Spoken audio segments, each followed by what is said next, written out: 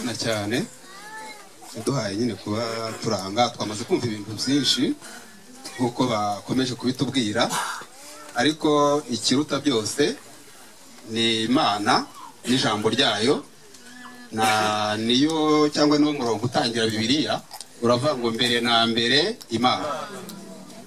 Birumvikana ko ibindi byose umuntu yashyira imbere ntacyo byaba bimaze. Bakunze no gutanga amashyi, uwarimo avuga mu kanya yavuga tugakoma amashyi, burya ntabwo ariwe twari tuyahaye. Abantu bamenyereye ubundi ko umuntu yamaze kuvuga bayamuha nk'umuntu uvuze neza. Amashyi twakomye ntabwo twaze tuyaha dusenge umaze kuvuga, twayahaga Imana kuko niyo ikwiye gushimwa, niyo ikwiye guhabwa amashyi, niyo ikwiye guhabwa impundu. Bigeze bivugaho kare Dawidi yarabimenyewe, arayihimbaza, arabyina anejejwe nuko Imana yatashiwe, ngo ni isanduku y'Imana yari yaje kwa Dawidi, ngo arabyina cyane kugeza ubwo ngo imyenda yamuvuye ku kibuno. Ariko yari afite umugore utizera, yari afite umugore w'umupagani ariko w'umwisiraheli, sinzi niba munyumva neza. Yari afite umugore w'umupagani ariko witwa uw'Imana. Hari abantu batakijijwe ariko bitwa b'Imana, hari abantu bitwa abakristo ariko ari abapagani. Kwitwa umukristo uri umupagani uba ugize ingorane zikomeye. Ubwo ni ukuvuga ngo umukristo ubatije, umukristo umupagani Kristo ubatije, umupagani w'umunyamasengesho, umupagani w'umuririmbyi, umupagani utura, umupagani utanga icyacumi, umupagani wiyiriza, umupagani werekwa, umupagani urota unahanura. Urakoze. Akaba ari umupagani rwimbi butwi ariko ari uko ameze. Reka nkubwire, niba ari kumeze reka nkubwire ikimenyetso cy'ukuri we, ni uko ujya wumva Yesu aje utajya mu ijuru. Hano aka kanya turi kumwe, niba wumva dusanze aho utajyayo umenye ngo burya ndi umupagani. Ntibiri kuvuga ngo ndahanura byo ntacyo bimaze, ntibiri kuvuga ngo urasenga ntacyo bimaze. Umwe yaravuze ngo ndaririmba ngo karirimbira Imana, kuko abaririmbira ubusa ngo nabo bararirimba. None se niba utazajya mu ijuru ugasenga Imana izakujyana mu muriro, ujya usenga iki? Niba utazajya mu ijuru se ugahanura uvuga ko ari Imana ikubwiye, ubwo ni iyihe Mana? Niba utazajya mu ijuru ugatura ugatanga amafaranga uvuga ko yahaye Imana, utazajya mu ijuru ubwo se bimaze iki? Ntacyo bimaze. Ni ukuvuga ngo rero ikintu nibyo barimo bavuga ko amahoro aza mu mutima w'umuntu ari uko amaze kumenya ko azajya mu ijuru. Ukicara urifite, ukagenda urigendana, ukaryama urifite, wajya koga ukaba rifite muri dusha no muri wese ukarigendana we nyiraryo. Ariko umuntu ukijya mu butayu kurisengera gusaba Imana ngo umubwire ko izina rye ryanditswe mu gitabo cy'ubugingo, nahebe. Niba wumva ritabamo ntiribamo nyine. Niba wumva Yesu aje utagiye ntiwagenda nyine. None se wagenda ute? Hari umuntu wajya ku muntu batasezeranye se, badafitanye gahunda? None se nyine birumvikana ko rero umupagani ubatije usenga uririmba nibo benshi cyane. Iyo wumva utazajya mu ijuru umenya burya ndi umupagani. Kuba warabatijwe ntibyagukuyeho ubupagani, kuba uri umunyamasengesho ntibigukuraho ubupagani, kuba umuhanuzi ntibigukuraho ubupagani, kuba umuririmbyi ntibigukuraho ubupagani, no kuba utanga byinshi mu idini ryawe unemerwa no kuba umudiyakoni ntibyakugira umukristo, ntibyagukuraho ubupagani, no kuba pasiteri ntibyagukuraho ubupagani, kuba padiri ntibyagukuraho ubupagani. Mvuze kuri pasiteri na padiri abantu bagize ubwo ikibazo, ngo mvuze abakozi ariko abantu bose bakomotse ku muntu umwe. Bibiliya ni kwivuga abantu bose babaye abanyabyaha ku rwego rumwe. Nta n'umuntu n'umwe ufite uburenganzira bwo gukiza abantu ibyaha. Bibiliya iravuga ngo Yesu wenyine niwe uzakiza abantu be ibyaha byabo. Ndatangara iyo umuntu agenda agapfukama imbere y'uwo bise padiri akamubwira ibyaha bye, yarangiza akamugira gutya akamubwira ngo ibyaha byawe urabibabaye. Ntabwo ari byo n'ukuri. Ikimenyimenyi nawe ujya wumva ko utabikiza, nawe ujya wumva ko ukiri umunyabyaha rwose, kandi nyamara n'ikibikwereka neza uhorayo. Iyo uza kubikira bari kurekera gusubirayo, kavuga yabingijije nanjye ntabwo nongera gusubirayo kuko ibyaha byo nabikize byarangiye. Ariko ubwo ujya usubirayo ndumva ko bagushuka se. Mbese wajya kwa muganga agaruka ugotomeza ibinini, icyo witaho si ibinini wanyoye, ahubwo ubumva mu mubiri ese ndi gukira. Wakumva uri gukira uvuga muganga ni sasa byo paparu sibyo. Wakuba mu mubiri kugenda neza ati burya ndi gukira. Nabo baguma kugotomeza ibinini indwara ikomeza kwiyongera ukavuga ngo bose bari kukuvura. Ntabyo nibyo abantu babamo. Uhora muri penetensi ariko cyangwa umunyabyaha nawe ubyiyumvamo. Uhora usaba imbabazi mugenzi abandi barakurura nabo. Akajyana wabo ku ruhande akamwongorera Imana imbabarire nagize gutya. Imana imbabarire nagize gutya. Imana imbabarire nagize undi nawe akamubwira. Barangiza bombi bagasengerana. Ubwo se umunyabyaha yakura undi w'ibyaha ati ntabwo bishoboka. Ntabwo wakura umuntu w'ibyaha kandi nawe uri umunyabyaha. Umuntu ntiyagukora w'ibyaha kandi nawe ari umunyabyaha. Ahubwo Yesu niwe wenyine uzakiza abantu be ibyaha byabo. Ni Yesu Kristo wenyine. Reka dusome imirongo mike cyane badusomere bihuse mu byakozwe no mu gice cya 10. Turebe uwo mugabo wari umutagani ariko afite ibyitwa iby'Imana byose. Igice cya 10 ari ku murongo wa mbere kugeza ku wa 10 bihuse cyane bavuze ngo ducunguze uburyo umwete kandi nibyo muntu witeguye ahita dusomera igice cya 10 byakozwe n'intumwa umurongo wa mbere kugeza ku wa 10. Ari umuntu w'i Kayisariya witwaga Koroneliyo, umutware utwara umutwe w'abasirikare wo mu ngabo zitwa Italiyana. Yari umuntu w'umunyadini wubahaga Imana n'abo mu rugo rwe bose. Wagiriraga abantu ubuntu bwinshi agasenga Imana ubudasiba. Abona ku mugaragaro mu iyerekwa marayika w'Imana yinjiriwe nko mu isaha ya 9 y'umunsi. Aramuhamagara ati Koroneliyo. Aramutumbira aramutinya aramubaza ati ni iki mwami? Aramusubiza ati gusenga kwawe n'ubuntu bwawe byazamukiye kuba urwibutso imbere y'Imana, kandi none tuma abantu Yopa utumire umuntu witwa Simoni wahimbwe Petero, acumbitse kwa Simoni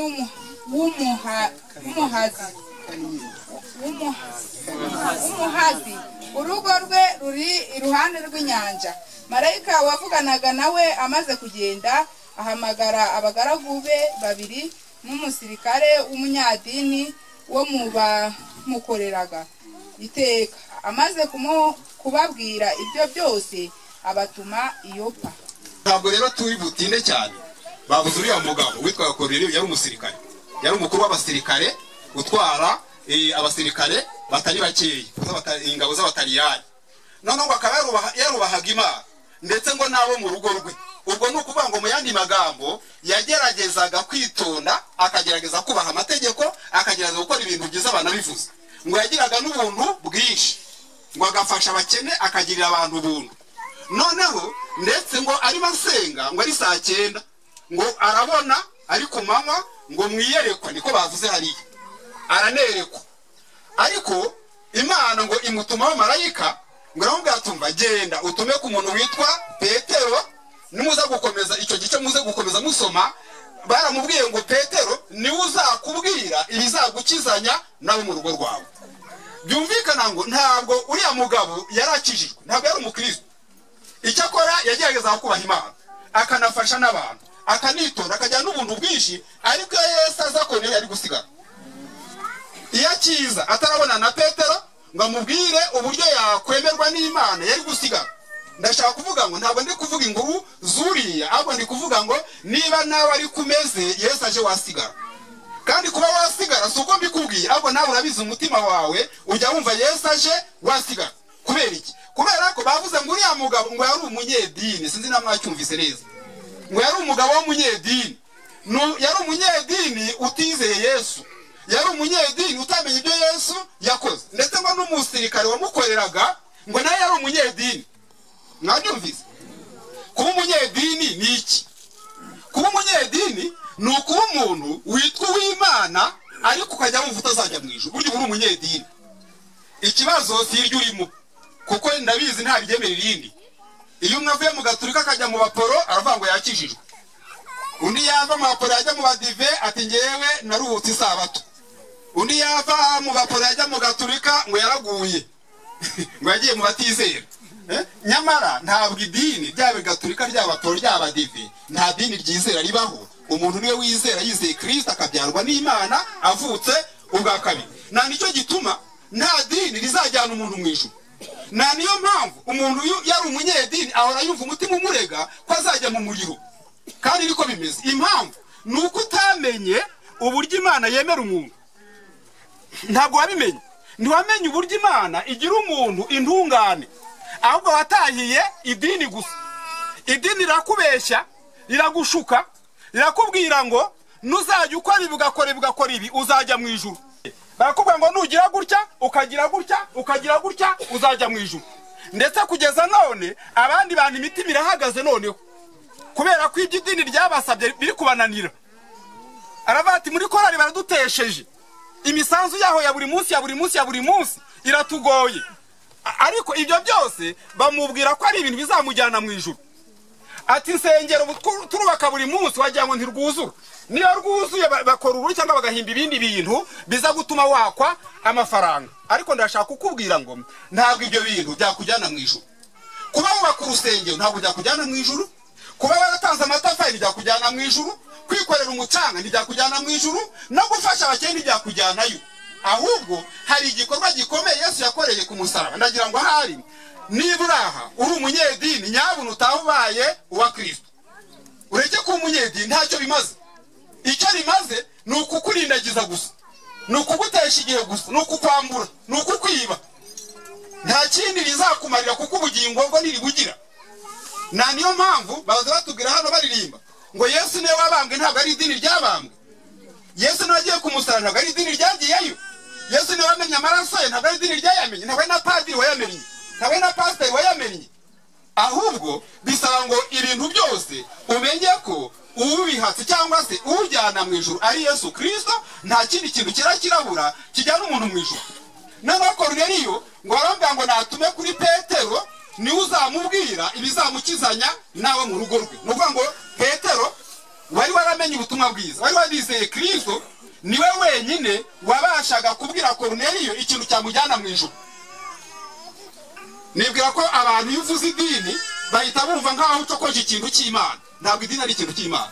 Oya, idini ni indwara ikomeye umwanzi yashyizeho. Shitani yashyizeho kugira ngo irindagize abantu bayoborwe ubutumwa bwiza. Babone kwizera Kristo bajye bizera idini ryababwiye. Kuko urabona ko nawe niba utazajya mu ijuru wizeye ibintu bitari byo. Ariko Yesu yaziye mu isi kugira ngo ahanirwe ibyaha byawe. Yaziye mu isi kugira ngo ahabwe igihano cyawe. Abo twari kumwe ejo hirya twarabivuganye muri makeya. Icyatumye Yesu aza mu isi ni wowe. Ni ukugira ngo agucungure, ni ukugira ngo apfe urupfu wagombaga gupfa, ahanwe igihano wagombaga guhanwa. Naho idini ryo ni iryo kugomeza rigutesha igihe. Ndabizi n'abantu benshi bamaze kuyazinukwa noneho. Barayamenye. Kandi nyamara Bibiliya bisobanura neza. Yesu yarabivuga. Yabwiraga abanyedini ngo ni indyarya, ngo bazabona ishyano, ngo batwara urufunguzo rwo mu ijuru ngo ntibinjira, ngo n'abashaka kwinjira barababuza. Ariko kugeza none abantu bazi ko ari abakozi b'Imana. Munyumve neza. Sindi kubagaya kugira ngo ahari ngire ikindi ndonka. Oya, ndashaka ngo mukure imitima ku bantu no ku idini mwizere Kristo. Mumenye ibyo Yesu yakoreye ku musaraba. Kandi ikindi agakiza gatangwa na Kristo n'ubuntu.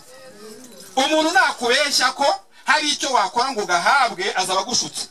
Nakubeshya ko ari byo watanga ngo winjire mu ijuru azaba gushutse. Imana ni nyabuntu, ijuru ritanga ku buntu ku muntu wemeye kwizera Yesu Kristo. Kumwizera ni iki wizera? Tubyumve neza uko abantu bose batarigana natwe niwe twizera. Ariko nanjye nkibaza ese ko umunyagatulika avuga ko ariwe yizera, n'umupuraka avuga ko ariwe yizera, n'umudeva ko ariwe yizera, nabaza rugora amajuru angahe? Ukuntu bangana nuko ndi bari banamo ndaguhakaniye. Kuko burya ni yari kukubwira ngo akagusomera bari kukubwira ibya Yesu, burya bari kukwerekeza mu muryango w'inzu yabo w'idini ryabo. Abagira ngo uve muryango kandi abantu no barahamutse umubwira iby'Imana agahita agira ubwoba agiye kujya mu idini rye. Ariko ntabwo Yesu ari idini. Wajya mu ijuru utajya ukandagira mu rusengero na rumwe. Wajya mu ijuru utigeze wijana no mu mazi amwe ngo urabatizwa. Wajya mu ijuru utarigera uganira n'umuntu wese ufite Bibiliya. Ahubwo wizeye Kristo akakumenyesha ko urupfu yagupfiriye ku musaraba, akabiguhishurira. Iyo tuvuze kubishurirwa ni ukubimenya mu mpamo yabyo, ni ukubimenya mu kuri kwabyo, ugakura urupfu rwa Yesu mu bintu by'amagambo, mu bintu by'amateka, mu bintu bya histoire. Kera habaye oya, ntabwo ko Yesu yaragupfiriye ari kera habayeho, ahubwo Yesu yaragupfiriye kugira ngo wowe utazapfa. Yesu yaraguhaniwe kugira ngo wowe utazahanwa. Ni ukuri ubyizereye aha Yesu akaza twajya, utabanje gupfukama, utabanje kubatizwa, utabanje kubaka urusengero, utabanje no gutanga icya 10 n'amaturo. Ntekereza ko insengero nyinshi sije ibiri ku murongo wa mbere ni icya 10 n'amaturo ku nsengero hafi ya zose. Rero nani zose sibyo tutaru, insengero hafi ya zose inyigisho shingiro yazo ni icya 10 n'amaturo. Iyo wigishijemo ntuvuge ku mafaranga bavuga ko gutigishije. Icyakora abantu bo wenda bapfa kunezerwaho gato kuko baba umusongo bavuyeho, kubera ko babatera umusonga babwira ngo bari amafaranga y'Imana. Ngo wibye Imana, ngo amafaranga y'Imana warariye ngo iri kukwishyuza. Ariko si ubw'Imana koko yakwishyuza icyo umuntu nkawe? Iryo deni se yari guhereye hehe ikabiri kukwishyuza? Ese niba kwishyuza yagiye izahurika ku gato undi mwideni. Umuntu uzabwira ko mwideni ry'Imana uzabwira izazi nyiyishuriza. Uwo muntu sinzi niba ari rubisiye uza kwishyuriza Imana ibyayo. Niba uyiba mwideni izazi kwishyuza iguhagarara imbere. Umuntu yigeze ambwira ngo Imana yamuntumyeho, ngo Imana yamubwiye ngo ahantu yajyaga imbona ngo ngigeza ko hanshaka ikahambura. Navuge ngo ubusabe ko wambonye. We kuri umuntu ukaba waje kurushaka ukambona, none ubona kurusha Imana. Ubwo Imana yari ahantu ni kuryo hano itari kuhagera bwize. Ariko ni imitwe. Ni imitwe, ntabyo nta bintu by'Imana birimo biri. Ntabyo. Imana ahantu ba irahazi, Imana ahantu urara irahazi, Imana ubukene bwawe irabuzi. Kuvuga ko iba mwideni ntaryo yibamo n'ukuri naguhakaniye, ruhuka nta deni uba mu Imana. Ahubwo irashaka gusa ngumenye byose yagukoreye ku musaraba. Uwo mwenda wo urimo. Uwo kumenya ko urupfu Yesu yagupfiriye ruhagije kukujyana mu ijuru, uwo mwenda uri mu Imana. Ishaka kuko yaramwishe yica umwana wayo, kandi mwica igira ngo wowe itazakwica, imuhana igira ngo wowe itazaguhana, kugira ngo wemerwe nayo. Nuko wemera ko icyo gihano ari ukuri, ukemera utagombeye ibimenyetso, utagombeye kubirota, ukabyemera. Ibyo birahita kwizera nyine, cyangwa ukwemera mu mvugo mu Gatolika ni ukwemera ko icyo gihe Imana yahannye Yesu gihagije kuba Imana itazaguhana, ukacyemera mu mutima wawe, ukamenya ngo mu bantu Imana izahana ntabwo ndimo, kubera ko hari undi Imana yahannye mu mwanya wanjye. Ni ukuri n'ibyo wemera ukabona ijuru. Nta bintu byinshi abantu bazi ko ari ugukoboka ugatagangara, sinzi ngo iki ngo iby'Imana ngo birya umuntu warambije ngo barambiwe batashye. Ntabwo ari byo. Ni ubuntu ku muntu wese wemeye gusura Yesu yamupfiriye ku musaraba. Amen. Ntakagira ugira ikintu agusaba, iki kimwe urufaranga rumwe ntakagushuke. Ijuru ntabwo ryagurwa amafaranga, kuko ijuru ni iry'Imana. Ntabwo ibyo mu ijuru byagurwa ibyo mwisi. Amafaranga nyine agura ibya hano, kuko nayo naya hano nyine. Yesu ngo bagiye kumugerageza, ngo baramubwira ati ese amategeko yemera ko utanga umusoro wa Kayizari.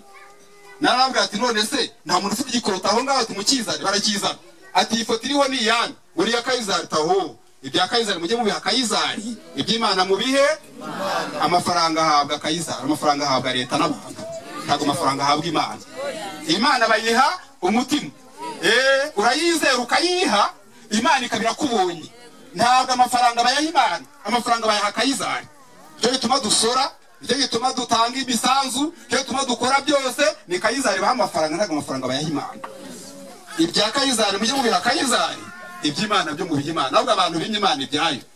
Warayiyimye, irashaka ko uyiha ukemera ukizera ibyo Kristo yagukoreye, Imana ikakwemera ikakujyana mu ijuru kubusa, ikakujyana mu ijuru kubuntu. Bitari ibyo ntabwo ushobora kuzabana n'Imana. Navuga nti rero Koruneliyo yari umunyedini, yari umuntu witwa uw'Imana ariko wumva atazajya mu ijuru.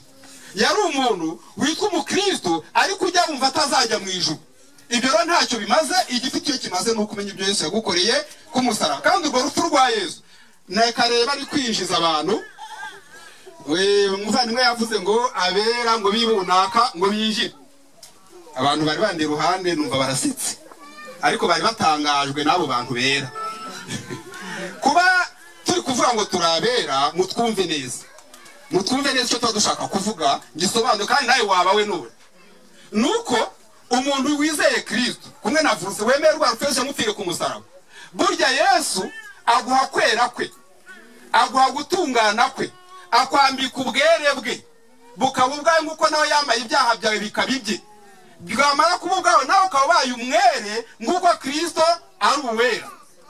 Nk'uko nawe yabaye umunyabyaha amera nkawe kandi nta cyaha yakoze, niko nawe uba umwere kandi nta byo kwera washoboye, aguhawe kwera kwa Kristo cyangwa uhaye gutungana kwa Kristo. Iyo tuvuze ngo turabera, ntabwo tuba tuvuga no mu ngeso zacu, ntabwo tuba tuvuga n'ikindi kintu kuri twebwe, ahubwo tuba tuvuga kwera kwa Kristo twahawe tumaze kwizera. Umuntu wese ahabwa idini ritabigizemo uruhare. Ntabwo abera ari abasengera mu idini runaka mu idini runaka. Nabera si abaza ngo bajye basengana natwe, oya, gusengana natwe nabyo ntibyakugira umwere, ahubwo wizeye ibyo Kristo yagukoreye ku musaraba ugahinduka umwere wambaye kwera kwa Kristo. Nguko Yesu yabaye umunyabyaha yambaye ibyaha byawe, ariko nuko ubyumva neza, ningurano uhabwa wizeye. Iyo wizeye uraguranirwa, ubunyabyaha bwawe bukajya kuri Kristo akabuhanirwa, icyo cyararangiye. Nawe ubwere bwe bukakujyaho bukakwinjiza mu ijuru. Nicyo umuntu ahabwa akabaye umwere imbere y'Imana. Imana yakureba ikabona usa na Kristo, ikakwemera nk'uko yemera Kristo. Umuririmbyi umwe yaravuze ngo kandi uko ikunda umwana wayo, nanjye niko inkunda kandi ndakwiriye. Bibiliya ikongera ikavuga ko Kristo yaduhagaritse imbere y'Imana turabera n'abaziranenge tutagawa. Iyo wizeye Kristo imbere y'Imana uba uri umwere, uba uri umuziranenge, uba utagawa.